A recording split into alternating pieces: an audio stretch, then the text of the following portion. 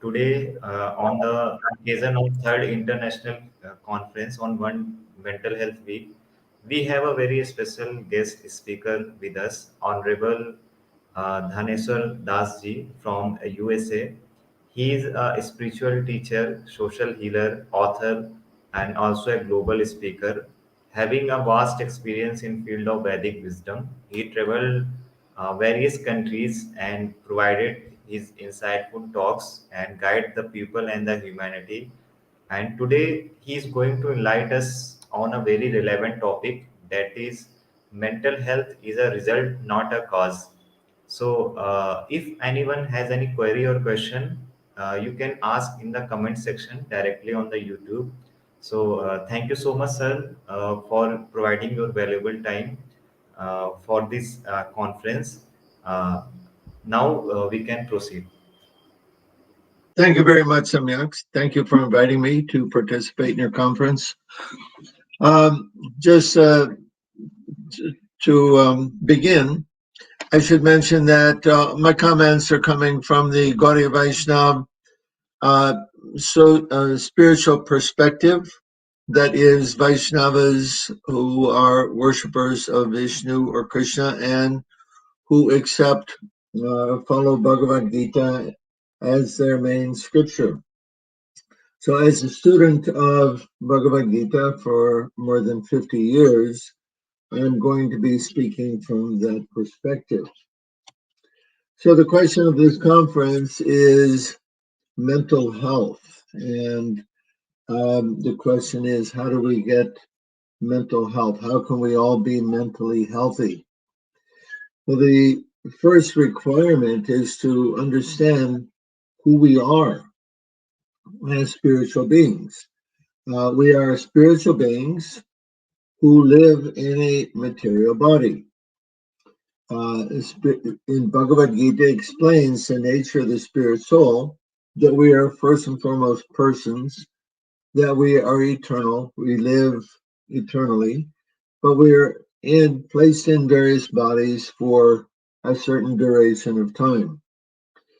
Now, because we're in the material world, we require a suitable body to live in the material world. So all of us have a body of material energy. However, that the spiritual energy cannot directly connect with the material energy, so there must be an interface. And that interface is composed of subtle material elements of mind, intelligence, and ego, or material ego, particularly. So we all are familiar with interface. We have our computers, our phones, and so on, and we cannot communicate directly with the processor. There must be an interface, the operating system, and the screen and the keyboard that allows us to interact. So in the same way, the subtle body or the mental body is the device, if you will, that allows us to interface with the material body. So this places us in a very unique situation because for most people, they are not trained to understand that there is a mental body that is separate and distinct from them. We all have mind. We know what mind is. We all have intelligence. We know what that is. And these elements are operating to bring the stimulus from the material senses or the senses of the material body let me put it this way. All of the sense stimulation that we experience is first experienced by the mind. Then, as spiritual beings, we identify with the mind, or we see what's going on in the mind, and we can then interpret those stimuli as being experienced by ourselves. Now, in spiritual ignorance, we identify with both the material mind and the material body. In fact, we don't even perceive that there is a mind. We are simply thinking that I am the body. And so when we taste some delicious food, we immediately think, I am tasting. Although the sense stimuli goes first to the tongue and then must be interpreted, let's say, by the mind as either pleasurable or unpleasurable, to be accepted or rejected. And then identifying with the mind, we enjoy that food. So in this way, the mind is acting as an interface between all of the senses and ourselves, the spiritual being. Now, another situation connected with that is that because we do not understand, or let's say we do not immediately perceive the mind as such an interface, we identify also with the mind. However, in the Bhagavad-Gita, Lord Krishna explains that the mind can be the friend of the conditioned soul, but also his enemy. The uncontrolled mind is the enemy of the conditioned soul. But the controlled mind is the friend of the conditioned soul. Now, why is that? That is because the mind, the business of the mind is to accept or reject sense stimuli based on whether it is pleasurable or not. So the mind is basically the arbiter, or where the decision is made is, I like this, I don't like that. And further, because the mind's business is sense enjoyment, the mind gets carried away with chasing after sense enjoyment.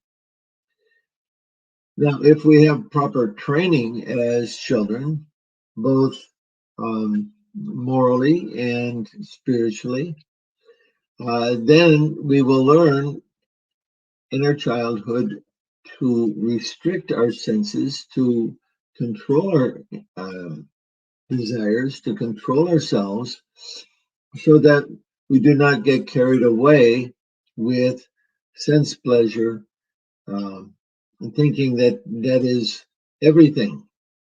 There is more to life than sense pleasure. But people, as we know, do get carried away. They become addicted to various kinds of things. And this is going on all throughout the world. So therefore, it's necessary to learn how to bring the mind under control in order to be able to have a proper balance in life. If we do not learn to control the mind, then we cannot be peaceful and we cannot have good mental health. For example, Lord Krishna states in the Bhagavad-Gita, the one must have some connection with the Lord. That is, we must, because we're spiritual beings, we must have a connection with the Lord. And without that, we cannot have a controlled mind or steady intelligence. And without controlling the mind, without having steady intelligence to understand what to do, what not to do, there cannot be any possibility of peace. And Lord Krishna then asked the question, how can there be any happiness without peace? So Bhagavad Gita is, of course, very well known throughout India and now throughout the rest of the world. And in the Bhagavad Gita, Lord Krishna makes many statements about peace. and how to achieve peace of mind. He explains that a person who is not disturbed by the constant flow of desires, these desires, they enter like rivers into the ocean, always coming. Rivers are constantly flowing. So in the same way, the desires are never ending. But we must learn how to not be disturbed by these desires. And if we can do that, then we can achieve peace. However, if we simply strive to satisfy those desires, we will always be disturbed. We see that, of course, in our world today, there are unlimited varieties of sense gratification.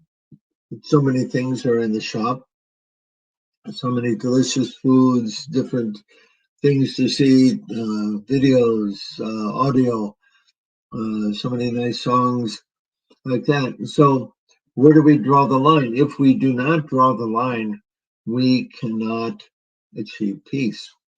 And Krishna goes on in the Bhagavad-Gita that a person, if they want to achieve real peace, they must give up desires for such sense gratification and live free from desires. That is, to detach oneself from all of this, because the result of that is that by chasing after all of these desires, we implicate ourselves in a web of karma, which causes us to be born again and again and again in this world. Beyond the desires, Krishna is explaining that we must give up all sense of proprietorship over, or let's say ownership over the things of this world.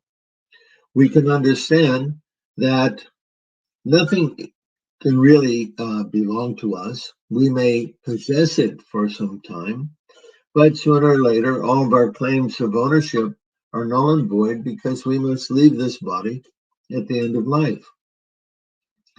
So, therefore, Krishna is saying, in order to achieve peace, one must also give up our sense of proprietorship or ownership. Then we can achieve real peace. So this is, these lessons are there in Bhagavad-Gita. They're extremely important. We must not neglect this spiritual aspect of life if we expect to achieve mental health. It is not possible. Of course, we say mental health, we're taking it to be synonymous with peace or to be peaceful. How can I be mentally healthy if I am not peaceful? If my mind is always disturbed, it's not possible for me to be mentally healthy. So our modern society, however, is created in such a way as to ignore the reality of our spiritual nature and the essence of the mind. And the modern society is arranged to entice us to chase after more and more and more goods, and it never ends. So now there are, beyond that, there's more something else that we have to consider. There's, because we are composite beings, mental and spiritual, with the subtle energy of the mind and intelligence, our mental health requires support, or let's say, in 4 different aspects. The first aspect is training in spiritual principles, so that we can understand properly who is the Lord and to act to connect with the Lord. Modern society, they replace this idea with humanism, that humans are the highest thing to be understood in this world. that there is no God. And therefore, if there is no supreme being, no God, then anything can become God. Because as spiritual beings, it is our innate nature to worship something. Ideally, we are worshiping God because we're eternally connected with God. But if we have not understood that, we will find that we are worshiping something. We see people, they worship sports stars or movie stars or rock stars, so many different, even politicians, because this is inherent in our nature. So if this this tendency then must be properly directed towards God. If it's not, we will find that our worship of these other, whatever we replace God with, this will ultimately lead to our frustration, and we will not be able to have proper mental health. Or it becomes exaggerated, and we see sometimes that's the case. People become obsessed by their stars that they worship.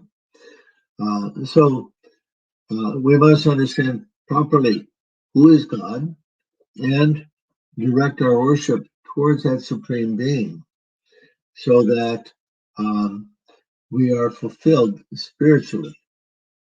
That's the first point. The second point is that in order to be mentally healthy, we must have a place to care for our body. This means a house where we can get proper sleep, where we can have nourishment, feed ourselves, and where we have proper relationships with other family members and also members of society.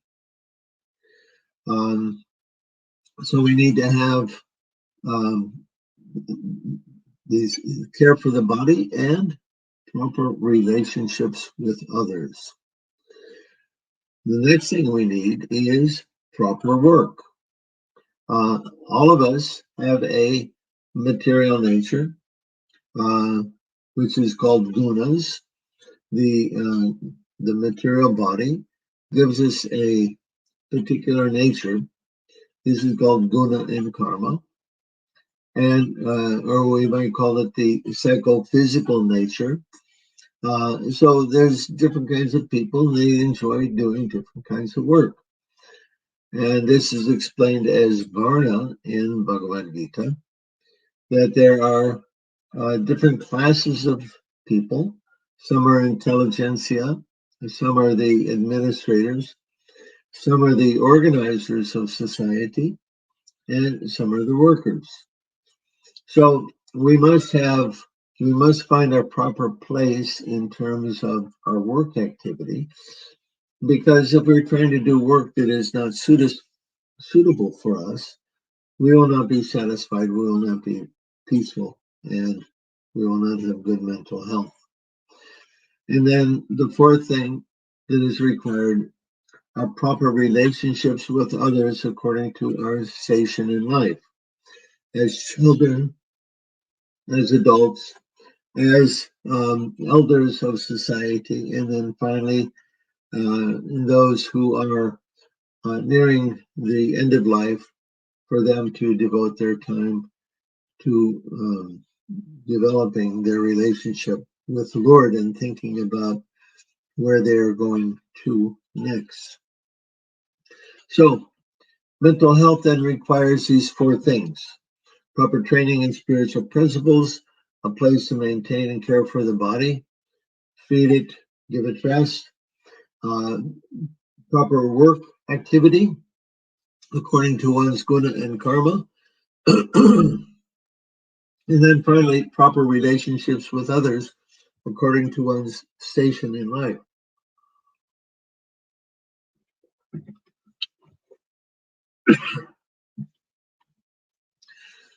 When we have these, we can be mentally peaceful. If we don't have these, we will be very much disturbed. In the 19th century, the father of sociology, Emile Durkheim, French sociologist, he is studying what happens to people when they are uprooted, and particularly at that time, that was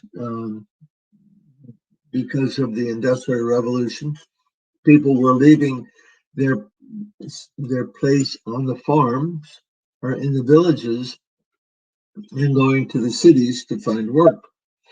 Well, they had these four aspects of support in their village life, but when they would get to the city, they did not have the proper support. And they found themselves mentally disturbed. So Durkheim, he studied this extensively, and he documented that when people do not have their proper support, they become violent, angry, they become addicted to intoxicants of various kinds, and suicide also increases because people are lost to understand who they are. So, who we are, we have a material ego which must serve us to some extent. Let's say we must have a material ego to serve us while we're in this body. That means, who am I? And a part of that material ego is to have answers to the existential questions of life, which is, who am I? Where have I come from? What am I doing here? What's the purpose of life? What happens at death? And so on. These existential questions everybody has, and generally they're answered by our culture and our religion.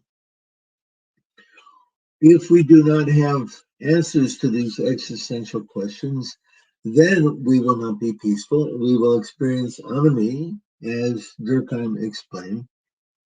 And when we lose our place in society, we do not have proper relationships with others, we do not have proper work, we do not have proper rest or care for the body, we cannot be mentally healthy. So Durkheim's a very important person to study in this regard, regarding mental health. So we must understand that mental health is a result of all of this, a result of understanding Lord Krishna's instructions in the Bhagavad-Gita, and living our lives accordingly, and also understanding that and having a place according to these four criteria that I described. So if we want to increase the mental health of the world, we must see to it that people have homes, that they have proper work, that they have proper training, that they have proper spiritual training in worship of the Lord, and they have proper relationships with others. This is what's needed to give us a mentally healthy society. So mental health, again, is a result, it's not a cause, the result of having these other things. If we want to have good mental health, then we must put all of these aspects, let's say, we must see to it that all of these aspects of life are available to each and every person. So I think that's sufficient for what I wanted to say today. I'll stop there. Perhaps anybody has any questions or comments, we may take them up now.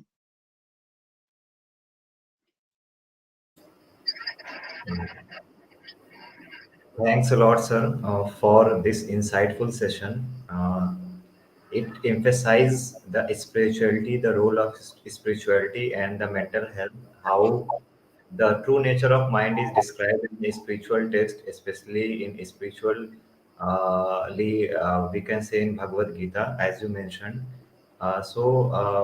My first question is related to it. How Bhagavad Gita is helpful for the psychology students or the professionals of the psychology. So, what is the role of Bhagavad Gita for a mental health professional or the aspirants of the psychology? Hmm. Thank you. Your question is, what is the role of Bhagavad Gita for the mental health professional, particularly, and for others who are interested in mental health? Now, the answer to this question um, it's significant to understand who is giving us the translation of Bhagavad Gita. As we know, Bhagavad Gita originally is presented in Sanskrit language, of which very few of us understand. Therefore, we are looking for a translation, somebody to translate that the verses of Bhagavad Gita, and not only translate, but to help us to explain them so that we can have some understanding of what is being said there. So there's many translations of Bhagavad Gita. Different people interpret it in different ways. My spiritual master is His Divine Grace A.C. Bhaktivedanta Swami Prabhupada. He is the founder, the Acharya of ISKCON Society, the Hare Krishna movement. He, back in the 1965, he left to America to teach spiritual knowledge to the people all over the world. He translated Bhagavad Gita, and he was approached by one woman one time, and before he had published his Bhagavad Gita, she asked him what would be a good translation. And he said, unfortunately, there's none that I can recommend because they all make some interpretation that Krishna represents this, or the Pandavas, they represent something, the five senses, or something like this. But Bhagavad Gita is, Srila Prabhupada, when he finished his translation, he gave it the title Bhagavad Gita as it is, meaning exactly what is being spoken there. So Krishna in Bhagavad Gita is the Supreme Personality of Godhead. And we must accept that, even theoretically, when we read Bhagavad Gita. Otherwise, the Bhagavad Gita will not make any sense. There's so many statements by Krishna. If he is not God, then this is crazy talk. But because Krishna is God, then these statements are extremely valuable. And Arjuna was a real personality also, and Bhagavad Gita was spoken at the Battle of Kurukshetra, which actually took place some 5,000 years ago. So it's essential to read the proper edition of Bhagavad Gita, and I recommend, very strongly recommend, the translation of Bhaktivedanta Swami Prabhupada, Bhagavad Gita as it is, and then one can get the proper understanding. The test of this is that his edition of Bhagavad Gita has created so many devotees of Krishna all over the world, of which I'm fortunate to have become one. 50 years ago, I read his Bhagavad Gita, and I was immediately convinced by reading that this is the absolute truth, and that my life should be dedicated to serving Lord Krishna. That's not going to be the result for everybody, of course, and it's not necessary. But the point is that Srila Prabhupada is giving a proper understanding of what's being said in the Bhagavad Gita in the English language.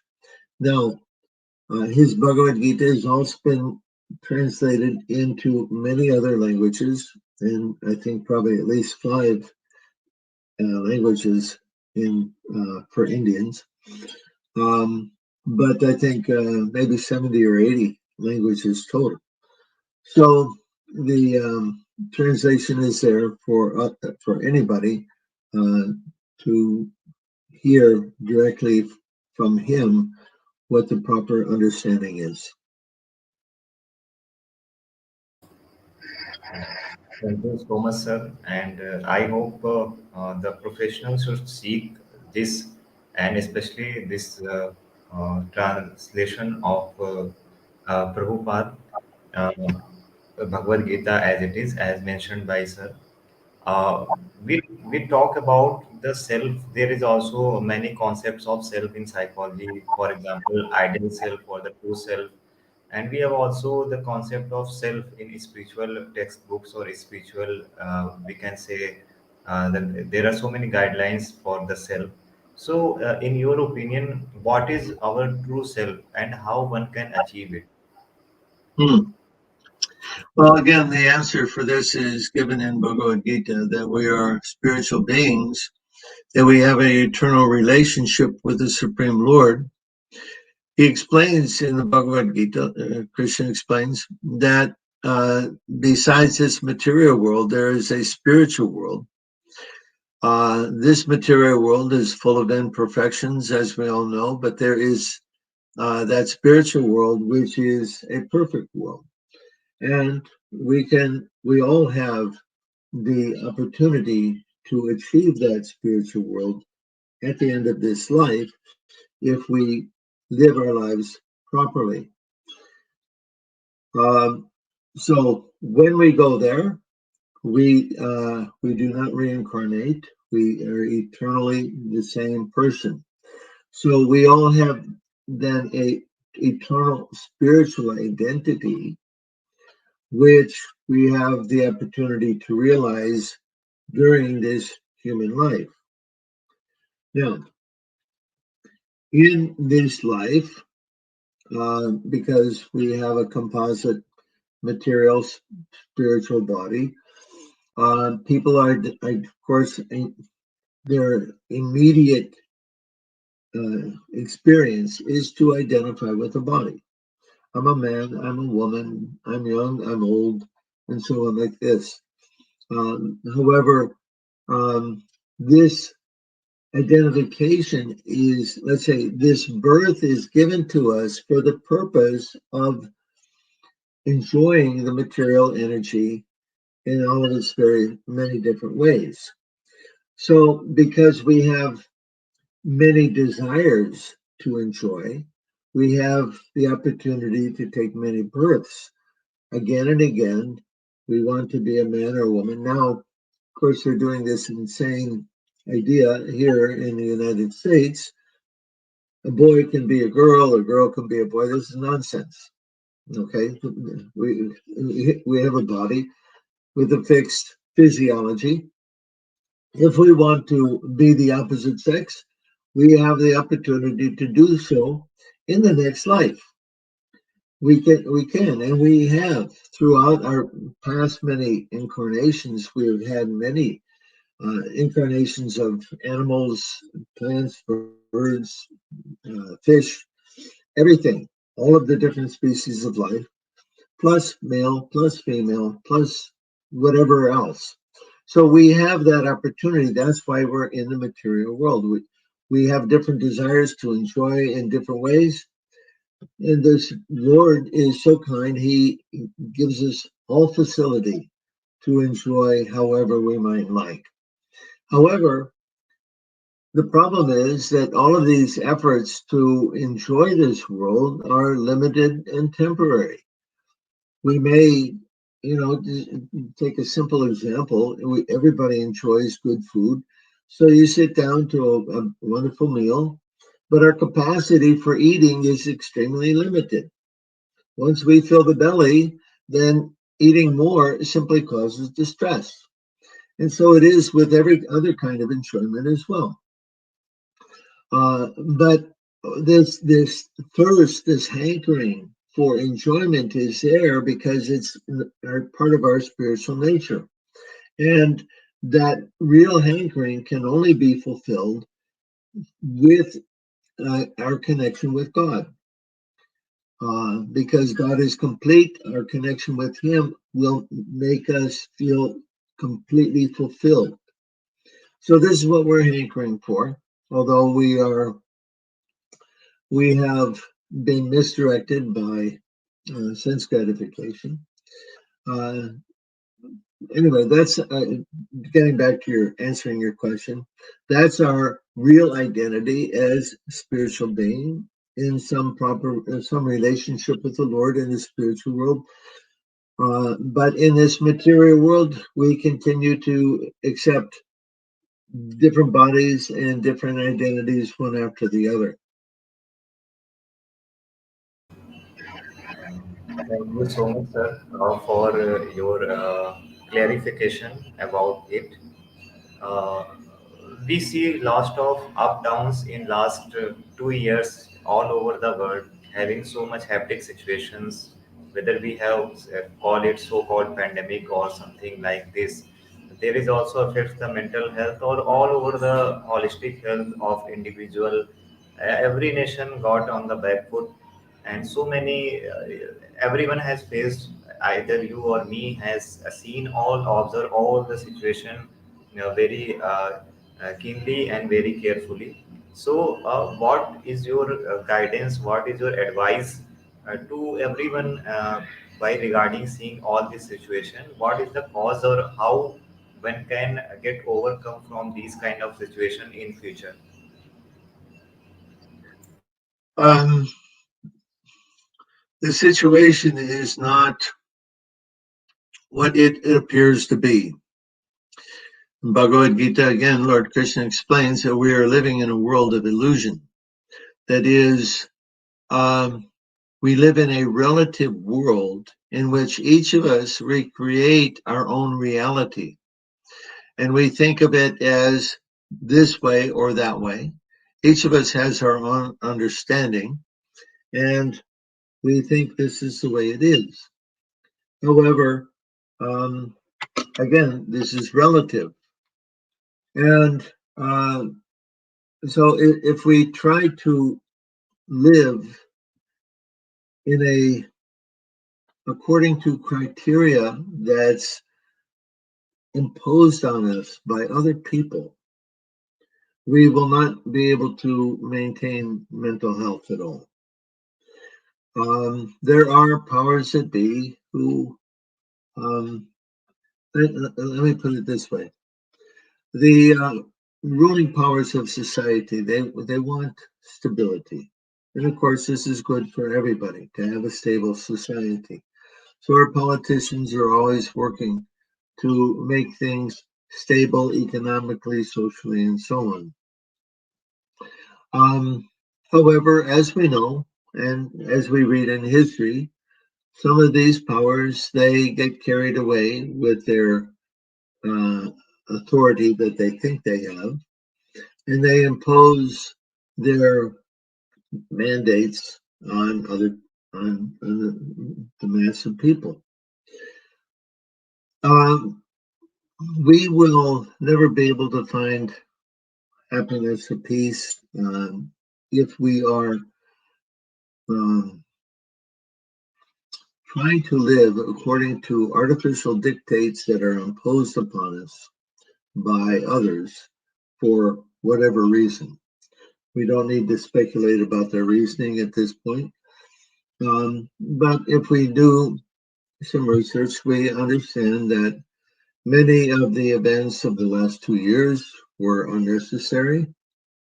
The lockdowns and even, the nature of this disease or the nature of the so-called cure. I was recently traveling and speaking in New York State. The state of New York had a very severe imposition placed on the people there in terms of lockdown and in terms of demands. And the people I was speaking to were groups of people who found each other out so that they could speak unrestrictedly according to what they understood to be the truth. As we know, there's a lot of censorship. There's a lot of restriction on who can speak and who cannot speak, and therefore confusing people as to what is the truth and what is not the truth. If we are allowed to find the truth, or let's say to answer the questions to our own satisfaction, then everybody can be satisfied with that. But over the past several years, that ability has not been there because of restrictions or censorship. So, in answer to the question, basically, I would advocate for everybody that they must not simply blindly accept what is being given to them, but to do their own investigation and to satisfy themselves in terms of the reality of the situation.